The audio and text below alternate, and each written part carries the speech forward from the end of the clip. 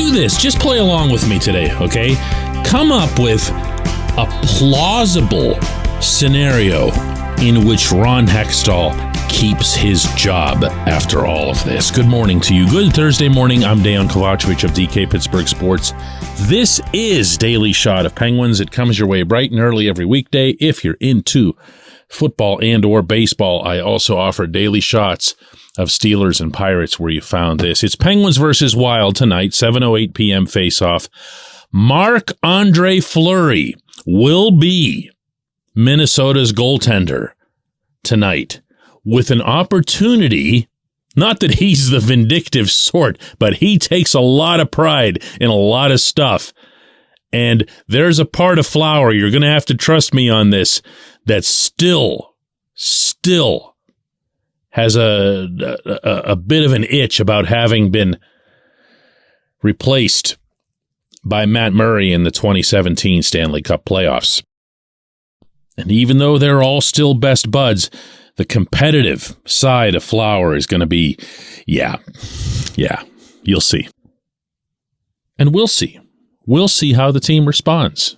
We'll see how things go. In fact, let's just start right there with this little exercise. Let's come up with the rosiest possible path. The Penguins beat the Wild, and then they've got 3 blah teams to finish out the season. Not that they can't lose to them. Just play along here, okay? In Detroit on Saturday, back home next Tuesday against the Blackhawks, and then Thursday in Columbus. That's it. So tonight looks exceptionally pivotal in that regard, while also understanding that the Penguins can't afford to make a single mistake because they no longer control their own destiny. That's now in the hands, partially, of both the Islanders and the Panthers. But let's say they do it. Let's say they take care of the Wild tonight. Let's say they chase Flower. You know, the whole thing, and the crowd goes nuts, and they're chanting, Jarry, Jarry, while Flower's down there, and everything just goes beautifully. And then they go to Detroit, remember how awful they were there a week ago, and they take it to heart, and they clean up on the wings. They do what everyone does to the Blackhawks, and then they do what everyone does to the Blue Jackets. And they are in the playoffs. Oh, wait. On top of that, they're the 7 seed. All right? Stay with me here, okay? They're the 7 seed, which means they face the Hurricanes, who still don't really have a complete roster. They do a lot of things really well, but until the Hurricanes are set in goal, they're not going to be a real live playoff contender. I firmly believe that. Been saying it for years. So they get into the playoffs and they pull off the upset. And they win a playoff round for the first time in half a decade. And everyone's thinking, you know what? I'll give all these guys credit. They really fought their way through this. We never saw this coming. Now what? Do you still keep Hextall?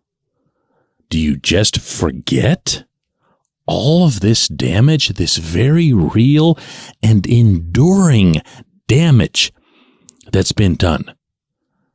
You got to understand, my friends, this isn't damage that's been done to the 2022-23 NHL season. This is close to $15 million that's gone into Jeff Carter, Mikael Granlund, and Jeff Petrie toward next season. And in the cases of Granlund and Petrie, it's the season after that, too. And with the NHL not appearing to be ready to budge on the whole escrow thing, don't make me bore you with that, that's going to keep the salary cap where it is. This is $15 million out of 82. That's really, really hamstringing your roster. These are mistakes that I don't know how they are pardonable, barring. But see, okay, let's just keep it going then. I was about to say barring, but let's make the rosy scenario go. Let's say, all right, now this is the part that's going to really require a leap on your part, as if the rest wasn't tough enough. Let's say that Carter magically reverts to his playoff form against the Islanders a couple of years ago and just dominates. He's the Penguins' best forward. And Granlund decides, you know what? I haven't shot a puck on net in the NHL in about 4 years. I'm going to start doing that now. And he pops a couple. And Petrie looks like he did down in Tampa a few weeks ago. Remember that game?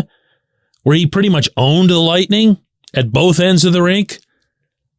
Let's say all of that is an integral part of getting past the Hurricanes and getting to that second round. You notice I'm not taking this story past the second round, right? Okay, good. Even then, what he's done, the mistakes that he's made, the money that he squandered, the cap space that he has squandered now and into the future, the way that Seattle expansion draft wasn't just botched, it was butchered beyond recognition. The fact that Jared McCann is now a 37-goal scorer in Seattle and was given away in the name of protecting either Carter or Teddy Bluger. These are not things that you say, he'll learn, he'll get better. But did you like that I tried? Huh? When we come back, J1Q.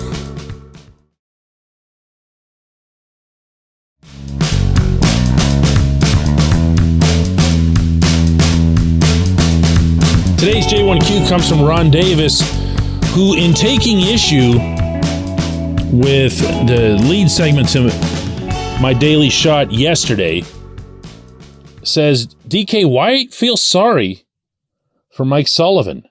He, along with his staff, are part of the problem.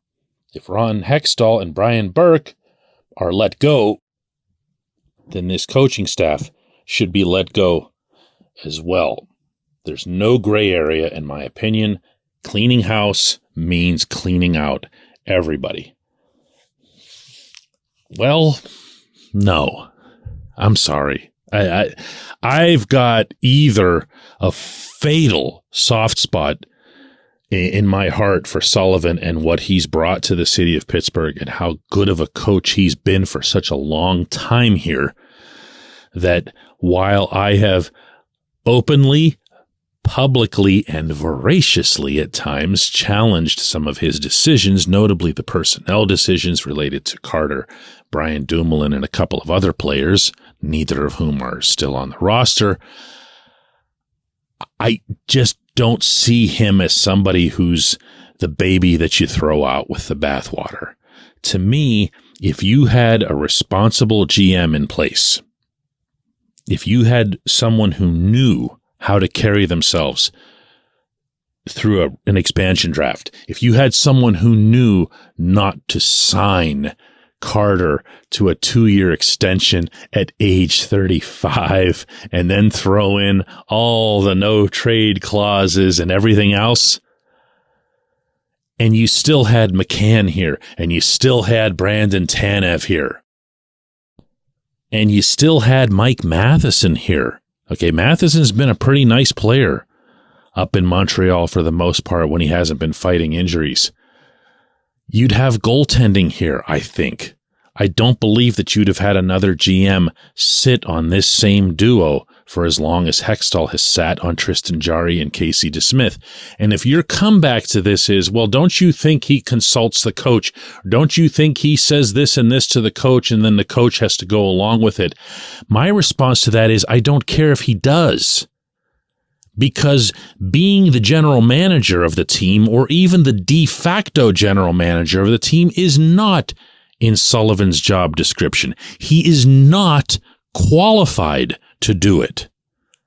So if Hextall's going around the building asking, who do you want, then he's not qualified to be the GM.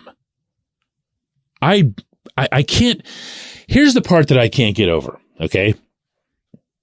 We're going to see in this game tonight at PPG Paints Arena, Sidney Crosby and Evgeny Malkin both suiting up for their 79th game of the season. And you know what that means because this is game number 79. They've been healthy the whole way through. They've been productive. They've been point a game. And all this GM had to do was to go and find himself some scrubs who'd hustle. Because he even had the rest of the top 6 down. I know Brian Rust's been a little bit of a disappointment, but not that much. Ricard Raquel, Jason Zucker, Jake Gensel, they've had a top 6 that would be the envy of most teams. That's the hardest part to get. And he had that. He had that as the default. All he needed to get was, a handful of whatevers, bottom 6 dudes who cost nothing. And instead, he just took his cap space and just lit it on fire. Lit it on fire. I don't want to hear about the head coach in that context. I'm sorry, I just don't. I appreciate the question, though. I appreciate the challenge. I appreciate everyone listening to Daily Shot of Penguins. We will do another one of these tomorrow.